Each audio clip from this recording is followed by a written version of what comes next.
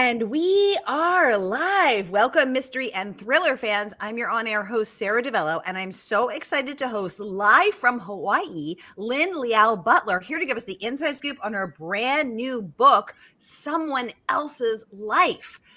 Lynn, welcome to Mystery and Thriller Mavens. Tell us about this book. Thank you so much for having me. And it's so great that I'm actually doing this from Kauai, where the book is set. So it is a thriller. It didn't originally turn out to be a thriller. I'll tell you about that later. But it's about a woman who has lost everything. Like she's lost her business, her job, her dog, her mother.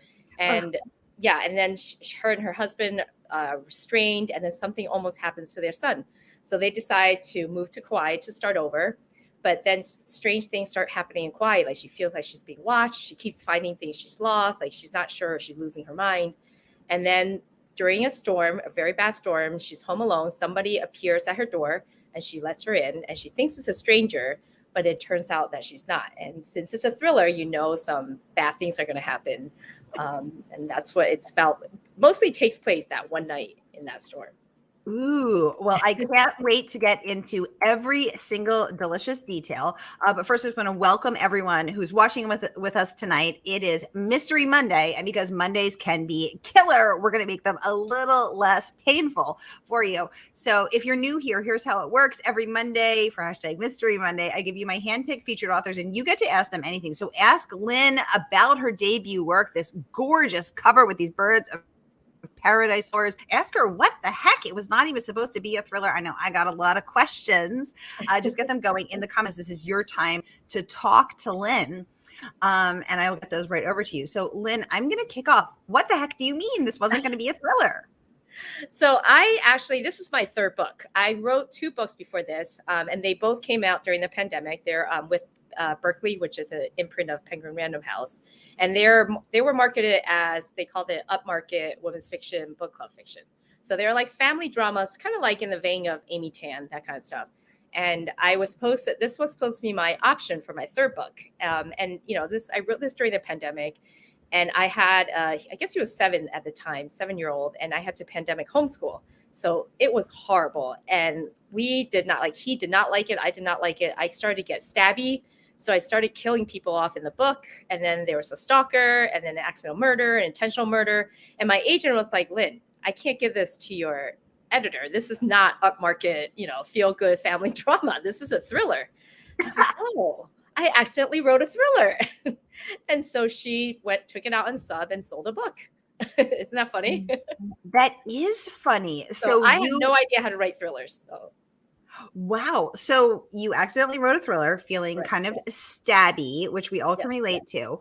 Now, did you then have to go back and figure out how to write a thriller? Were there enough twists and turns? Were there enough clues? What was that process like? So I had written the entire book as upmarket women's fiction, and then I hated it because I was trying to force the main character to have an emotional journey. And then when I realized it was a thriller, I was like, oh, I could just focus on the thriller aspect. So my agent actually sold it on, I think, like 5 chapters and a synopsis. And they gave me, I think, 6 weeks to write the whole book. So I had 6 weeks to completely learn how to write a thriller. And I started binge reading like Jennifer Hillier, Sally Hepworth, like, Luann Rice. I mean, I was just like binge reading thrillers, Andy Bartz, trying to figure out how to write a thriller. And even still then, when I turned it in, and you and I have the same editor, when I gave it to Jessica, I think she was a little horrified. She was like, this is not a thriller. But I was able to turn around and make it. I had a wonderful developmental editor, Andrea Hurst, and we worked together. And she was like, at the end, she was like, okay, you have just proven yourself as a writer. So. Yay. Well, first of all, it's so exciting because all of those people you named have been on the show. So Andy Bartz, Sally Hepworth, everybody has been here. So it's so great that they inspired you, and here you are now. Julie, welcome to the conversation. She's echoing exactly what I was thinking, which is 6 weeks. Exactly. And people think that since I had the whole thing written, it was easy, but it was actually worse because it was written in a completely different genre. And I had to throw out all those emotional journey stuff and add in the pacing and the tight timeline. Yeah, it was a very intense 6 weeks, but I actually like deadlines. I will not write if you tell me, oh, just turn it in whenever. I won't write anything. if you tell me I have 6 weeks or 2 weeks, I will sit down and write you an entire book. So it was actually good for me. Well, so you'll just procrastinate doing anything. Exactly. Yes. Yep. So what, when you are buckled down and under deadline, what does that look like? Your butt is glued to the chair. You're not moving. You're not talking. You're not eating. You're not doing yoga. I'm doing all that. I teach yoga. I think you do too, right? I think we're both Yep. yoga instructors. So I do all that. But so I actually was on deadline while we were in, got to Kauai. So it's been like a week and a half, and I needed to hand this developmental edits back by, I think, by today. So I've been on deadline this whole week, but I still went to happy hour. I just took my laptop with me. I can write anywhere. So my son and husband are at happy hour and I'm typing away. We're at dinner and I'm typing away. We're at the beach and I'm typing away. So I'll just take my laptop with me wherever we go. And I still, I just taught a class virtually right before this. So that's why I'm a little wet from my hair in the shower. So yeah, I just take the laptop with me everywhere. Oh my gosh. Well, clearly whatever you're doing is working, because let's take a peep at some of this amazing praise. I'm going to pull it up on the screen so we can all look at it together. Publishers Weekly raving, well-developed characters and plenty of local color add to the slowly simmering plot, which builds to a strong and unexpected climax. Alfred Hitchcock fans will be satisfied. First of all, high praise there from King, comparing your work to King Hitchcock. I know, right? I was like... And now let's delve into it. So first off, do you think that your first two books in writing women's fiction, a la in the style of Amy Tan, did that help you to be able to serve up well-developed characters on a thriller platform? I guess so, because that is a lot of what I do is in the first two books had to build up these characters a lot. So I think when I turned this thriller in, that part was okay, but it was the timing and the pacing of the thriller that I wasn't getting, because I don't know how to write a thriller. I'd never written one. I just read them. So yeah, that was the part that was hard to figure out for me.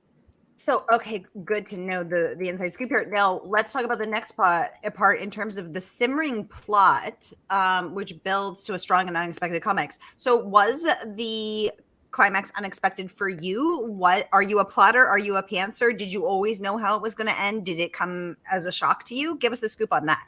So I'm a plotter I do not sit down to write a book until I have a outline. I mean, a chapter by chapter outline and a timeline that I make, so I know exactly when happened, when a character was born, how old their son was, So I don't write anything until that's done. But I always knew how I wanted to end.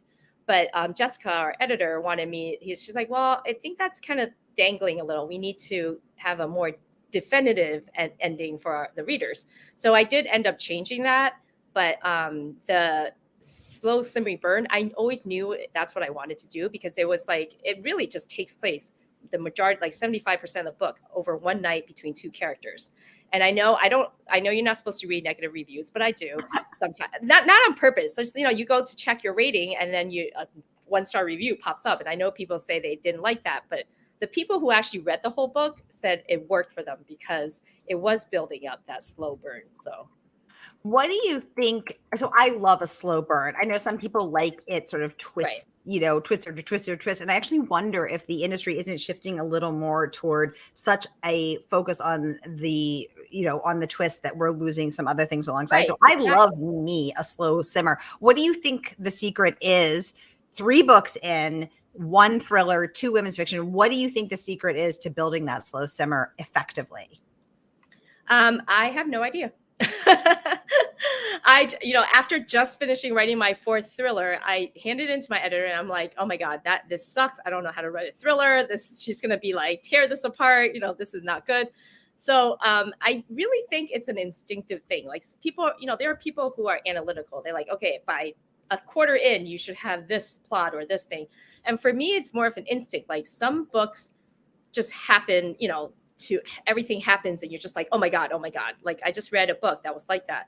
And for me, for this book, I wanted it to be a slow burn. I wanted her to like think that she was losing her mind, that, she's doubting herself, and that she like, am I going, am I going crazy? Am I delirious? Is it me, or is somebody doing this to me? And I have this stranger show up, and it's actually based on something that happened to me in real life, this entire story. So I don't know if you want to hear it, but I could tell you about it. We want to hear it. So when my husband and I moved to our house on the lake in New York, so if you read this, that sounds familiar, right? When we moved in, remember, no spoilers though. Right, we had taken the house from a couple who had already gotten their mortgage turned down twice and was about to ask for a third extension. So my agent was like, if you want it, come in at your highest offer. So we did, and we got the house. And then like a few weeks after moving in, I kept seeing this white car drive by and then stop in front of our car and in front of our house. And they would just park there. And I'd be like looking, and I could see a shadowy figure, but they never could see who. And I kept seeing, I said to my husband, I'm like, I think somebody's stalking us. I bet you it's the people we took the house from, and they're coming back to kill us. And my husband's like, no, you're being paranoid. And then he started seeing it. He goes, oh my God, Lynn, that white car's back again. And for like months, this car would just stop like every few days and park either in front of our house a little further down. So I thought in my head, I had built up this whole thing that she's come back to, stalk us. She's going to kill us and then try to take our house because she's angry that we took her perfect dream house, that I'm living the life that she should have lived. And, someone else's life is always better from afar. So that's where the story came from. Oh my God. So did the car, how long did the white car? It was there for months, I think for like 3-4 months. And then one day it just disappeared. But I already in my head had a vision, like, imagine if this is why she came back and, why she wanted to. That is terrifying. And I had no idea this was based on this thing that actually happened to you. Leslie, yes. Welcome to the conversation. She's saying hello from Canada. Leslie here. Leslie, so great to see your name pop up. And she adds, I think Agatha Christie gives a good slow burn. I like the traditional style. She'd like to know, who are your favorite mystery author influences? Great question, Leslie. So like I said, Jennifer Hillier is one of my top ones. Like I think the first book I read of hers was Her Little Secret or something, or the Little Secrets it's called. And it was just so well done because it had character, it had backstory, it had stuff, but it was still such it wasn't like a shocking, like, oh my God, the whole way through, but there was so much that kept you engaged. And I like that about it. And yes, you're right about Agatha Christie. And Alfred Hitchcock's mind just blows my mind, the way he's able to do it. So being compared to him, I was just joking. I tweeted, just call me Al, just call me the Agent Al. And people actually tweeted back, hi, Al. So they're at the top of my list. And then my biggest influence is Liane Moriarty, even though she's she is suspense, crossover women's fiction, kind of like what I write. Her books are what got me through a really hard time. And her books are the reason why I became an author. I never thought I would write a book, but I've always been a huge reader. Like, I read 5 to 7 books a week. And I never thought I would write. I've never taken a writing class, but I had a really bad year, just like Annie did. And Liane's books got me through. So when I decided to write, I just studied Liane's books. I basically just tore them apart. It's like, how does she plot this? How does she do it? And that's how I learned how to write. Wow. Oh my gosh. I love knowing that. I am such a huge fan of Liane Moriarty and so many other amazing Australian authors like Jane Harper, who's just on, and their ability to interweave character and settings and suspense so effectively. Exactly. It's really, it's so great. And Kirkus is not the only one praising this book. Let's get back to some of the other praise. Eliza Jane Brazier, who was on the show when her last book, Good Rich People, came out last year, raves. Let me pull this up so we can all look at it together. Chilling from page 1. Someone else's life is an unputdownable descent into 2 women's parallel lives with genuine jaw-dropping twists and enough seeds of doubt to populate a very wicked garden. Butler's debut thriller is a breath of fresh Kauai air. Amazing praise there from Eliza Jane Brazier. Let's talk about this. So when you turned your first thriller, which was never supposed to be a thriller, into your editor and publisher, was there enough twists? Had you studied the art of the twist from Leanne Moriarty, or were they like, could you please insert 25 more twists? No, the twists were all there. So they're Wow, like, you got okay. the twist, but the problem was the way I structured it. I had originally written it from another point of view, and that point of view was interspersed in. And they were like, nope, get rid of it. And that was like a third of the book. So I had to like scrap it and then like turn. Yeah. So it was like, so the twists were there. It was just the way I got us to the twist that wasn't working for them. They said it was what I was doing was unnecessary. So I had to throw that out. And that was like I had to rewrite a third of the book in 2.5 weeks after I did it in 6. And it was right before Christmas last year. Oh my God. Yeah. So it was a little like, and that's why my developmental editor was like, I don't know if you're going to be able to do this. You might have to ask for an extension, but then we did it. We turned it in 2.5 weeks. So yeah. Wow. Yeah, so it was more structure than twist, because my mind is my imagination is really, really like it goes to some really weird places. So that was never the problem. The problem was how to structure it so that you're building up to the twist and not just randomly throwing it all in. So. Wow. Oh my gosh. Oh my gosh. Diane, welcome to the conversation, joining us from YouTube. She says, Hi. Good evening, Lynn. Good evening, Sarah. Good evening, Diane. So lovely to see you pop up as always. Thanks for tuning in. And she's sending us so much love. All the love back to you. Thank you so much. Lynn, let's talk about some of this other author praise. So Amanda Jayatissa, who was on when her debut thriller My Sweet Girl came out, raves Lynn Liao Butler has mastered the art of full body tense suspense in this fresh take on the stranger in the house concept, which will have you racing to the end, even as your blood pressure increases and you have to remind yourself to breathe, which as a yoga teacher, Lynn, you should be very good at both. You know, you sort of got it, the balance here, right? Because you know how to terrorize us as a thriller writer and then how to teach us how to breathe as a yoga teacher is really the perfect combo. So Amanda knows a thing or two about full body. Oh yeah, she's good. Yeah.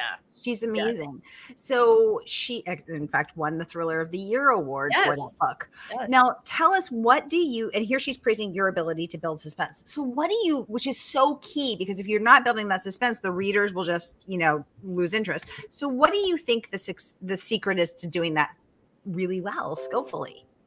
I mean, like I said, it's a lot of it is timing and the way you pace it. You want to give enough clues so that people understand what's going on and what the character's motivation is. But you don't want to give so much all at once that it becomes this like all this background information and then the pacing just kind of dies.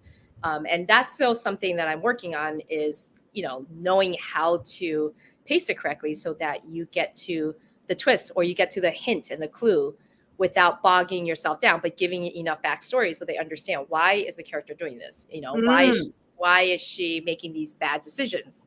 And one thing I have to add is one thing that I've read a lot of people say was like, I just wanted to yell at Annie and be like, why are you letting this stranger into your house? I would never do that. Well, here in Kauai, I've asked a lot of people who live here, if there was a really bad storm and a stranger knocks on your door who's, innocent looking, kind of like me, nothing special, and there she's soaking wet and she's like, can I please come in? Every single person has said, yes, I would let her in. Because Kauai is different. It's not the city. It's not even like a suburb of a city where you wouldn't let strangers in. Everybody, it's the aloha spirit. So that's one thing I wanted to clear up, that yes, in Kauai, I would. Maybe not in New York City, I wouldn't do that. But in Kauai, I would definitely let a stranger in. Ooh, that's really interesting. Yeah. Because I hadn't thought about the aloha spirit. So thank you for clearing that up. And you're right. Like if somebody knocked on the door over here on the mainland and was like, can I come in? I'd be like, ooh, you could be a serial killer. Exactly. Like I don't think I would. And even in my, ups in the suburbs of New York City, but here, if it was a rainy day and I see this, woman soaking to wet, because she's like, my car broke down. Can I please just ride out the storm with you? I'd be like, sure, come in. I'll break out the wine bottle. And that's exactly what Annie did. And then she pulls a knife out of her purse. Right. Annalie, welcome to the conversation. She says, yes, location matters. Exactly. And Publishers Weekly, was it Publishers or Kirkus, who praised your ability to bring the importance of location and that local I'm just scrolling back to try to find which one it was, to Local bring color or something. the local color into, because it really does matter. And I love how they, incorporated even that into your cover with birds of paradise, like these beautiful Exactly. Hawaiian flowers. Right. And because I don't live in Hawaii year round, I tried to write it from a tourist point of view. I didn't want to, try to pretend I knew how to be, about Hawaiian cultures and stuff. So I really wanted to make sure I wrote it from a woman who lived in New York and moved to Kauai. So she's seeing it from a tourist point of view. Oh, interesting. Okay. Yeah. That's good to know. Did you ever consider setting it anywhere else? It was originally going to take place on the lake where I lived. But, Mhm. during the pandemic, I was like, I just want to be in Kauai. So I'm going to bring the stalker to Hawaii with her. and, said, and then I had to okay, so how did she end up in Kauai? I'm like, stalker. She follows her. So it was originally supposed to take place in New York, but then I was like, it would be such a great juxtaposition of the beauty and paradise of Hawaii, but suddenly there's this big storm, and then she's dealing with her own little storm inside. Ooh, the juxtaposition of the inner and the outer landscapes. I love that. Samantha Bailey, who is a Hi, best-selling Sam. author, says gripping, twisty, and clever. Someone else's life and unfolds in a tantalizing slow burn, building to heart-thumping tense, break that crescendo with astonishing twists and a pulse-pounding plot. This is a thriller that will leave you gasping for breath. Congratulations on that rave review. Y'all, I want to remind you, this book is out now. It's hot off the presses, and you can grab your copy tonight from our favorite woman-owned independent bookstore, Murder by the Book. So I'm going to pop that link in the comments. So whether you're watching from Facebook or YouTube, here is the link that you can click and order and get your copy of Someone Else's Life Tonight. Well, they'll ship it to you tomorrow because over here on the mainland it's already night. But here we go. So grab it, click it, order. Grab that link, click and order, so that you too can immerse yourself in the world of the storm and Annie's story. Okay, perfect. Now, Lynn, I have to know, having written one thriller and two women's fiction, what are you going to write next? Are you going to stay over here in thriller land? Are you going back to women's fiction? Are you a convert? Are you going back to what's comfortable? Tell us what you're thinking. Well, so after I wrote that first thriller, I gave an option for my second, but then nothing happened yet because the first one had come out. So I actually wrote a rom-com. I swatched genres again because I needed a happily ever after all that stalking and accidental murder.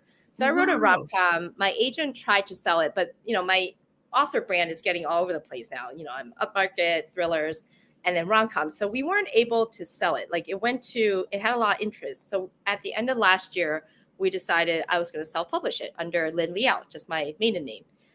So it's coming out June 6th, 2023. And the kicker, and I'm going to share a secret with you that nobody knows yet, is that my agent was like, because she really believed in the book. She's like, do you want me to try to sell the audio, foreign, and sub rights? I'm like, sure. And she's like, don't expect too much. It's a self-published book. Most people don't, whatever. So I was like, whatever. She sends it out on sub for the audiobook. And 2 days later, we get an offer. Then we get a second offer. And the next day we get a third offer. And then 2 more houses were interested and turned into this bidding war. And then it went to auction. And it apparently was a pretty good auction because people had to drop out because they got too high for their budget. And then eventually sold. So it's not public yet. Nobody knows except you guys, but I should be able to announce this soon. So now it's going to be an audiobook as well as the Kindle and paperback. So I have this book called Crazy Bao You coming out on June 6th, 2023. If you Google my name, it pops up now. Oh my goodness. So I have that coming out. And then I have another thriller coming out in February of 2024. And I wrote another women's fiction that's out on sub now. So yeah, I'm kind of like 3 genres. Keep a foot in each world. I think so. Because my agent says, I write a lot faster than traditional publishing works because, everything takes so long. So this way, I'm always working on something. I love it. Diane would like to know, how do you decompress when you finish a book? That's such a great question. So I have a very balanced lifestyle. I think I mentioned I'm a yoga and also a fitness instructor and personal trainer. I also own an Etsy shop where I sew, I make like purses and little bags and coin purses and wristlets. And so I teach. So when I'm like stressed out from writing, I go teach class. I either torture people in a fitness class, or I own them and bring them, some peace in a yoga class. And then I get a little, cleared my head, and then I can go back and write. And then at night, the sewing to me is like meditation because it's like mindless. I don't have to think. It's my decompression time. And I sew at night with my 3 dogs helping me. And it really balances out my life. So I never feel burnt out. I never feel like I'm, it's too much, because if it's too much, I just stop writing and I go do something else. And my dogs, having 3 dogs, it really keeps you like, from burning out. So. Oh my gosh. Wow. It's all about balance. Diane is saying, I love that. Diane, I love that too. Lynn, how do you have that much energy though? Are you just like super caffeinated? I am a very type A. I need to be doing 5 things at the same time, or I feel like something's wrong. Like I'm the multitasker. Like I used to type and talk to someone and talk on the phone, and my mom would be like, stop, you're freaking me out. How can you type and talk to me at the same time? Wow. Okay. Wait, so now I think we need to know, what's the name of your Etsy shop? It's called Pinot by Lynn, like Pinot Grigio, because it's named after my first dog who tried to drink my Pinot Grigio. So I named her Pinot. So it's called Pinot by Lynn. So it's her in my shop. She passed away right before the pandemic started. And that's when I knew it was going to be it's like end of February, and I knew it was going to be a bad year, and it was. Oh my gosh. Wow. You're doing so many interesting things. And I like how you look at that as fueling your creative energy and your groundedness, because by doing different things, plus with your rescue dogs, plus with your, your personal life, like you're getting a lot of different benefits and stimulation from all the different ways, different facets of your life, as a mother, as a wife, as, a professional, a fitness teacher. Exactly. Well, it's really cool. Very, very cool.